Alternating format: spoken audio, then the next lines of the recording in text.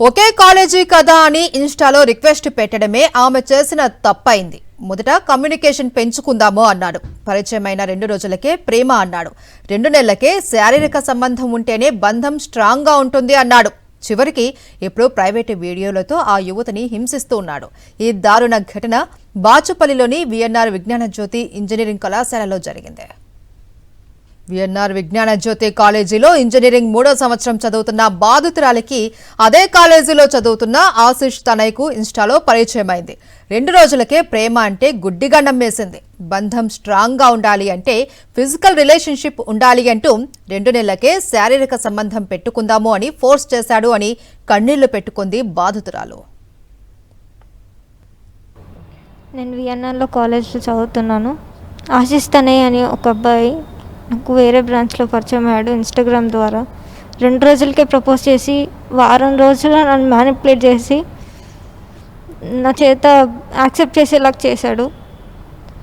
తర్వాత 2 నెలలకే ఫిజికల్ రిలేషన్షిప్లోకి వెళ్ళకపోతే మన రిలేషన్షిప్ సరిగ్గా ఉండదు, బాండ్ సరిగ్గా ఉండదని నన్ను ఫిజికల్ రిలేషన్షిప్లోకి దింపి తర్వాత ఆ వీడియోస్తోనే నన్ను మ్యానిపులేట్ చేసి మొత్తం మా ఇంట్లో వాళ్ళకి చెప్తానని బ్లాక్మెయిల్ చేసి నాకు అంతా ఇన్ఫెక్షన్ అయినా కానీ మళ్ళీ దాని మీద చేయడం అట్లా చేసి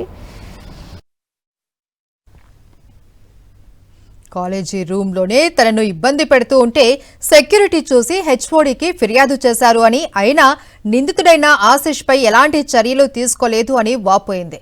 తాము ప్రైవేటుగా ఉన్నప్పుడు తీసుకున్న వీడియోస్, న్యూడ్ ఫోటోలు, వీడియోలతో తనను బ్లాక్మెయిల్ చేసేవాడు అని బాధితురాలు ఆవేదన వ్యక్తం చేసింది.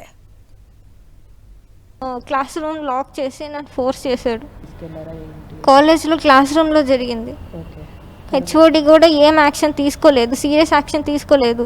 లోపల ఏమైందో నాకు తెలియదు. కాకపోతే బయటికి మాత్రం ఆయన కూల్గానే వచ్చాడు అబ్బాయి నన్ను వీడియోస్తో బ్లాక్మెయిల్ చేసేవాడు. ప్రతిసారి నేను బ్రేకప్ చేయాలనుకున్న ప్రతిసారి నన్ను వీడియోస్తో బ్లాక్మెయిల్ చేసి ఆయన చెప్పినట్టు చేయకపోతే ఇంకా వీడియోస్ చూపించి మమ్మీ డాడీకి చూపిస్తాను, ఫ్రెండ్స్కి చూపిస్తాను, నీ పరువు ఏమవుతుందో ఆలోచించుకో, ఒకసారి నీ స్టడీస్ ఏమవుతుందో ఆలోచించుకో అని చెప్పి నన్ను ఆయన మాటినేలాగా చేసుకున్నాడు.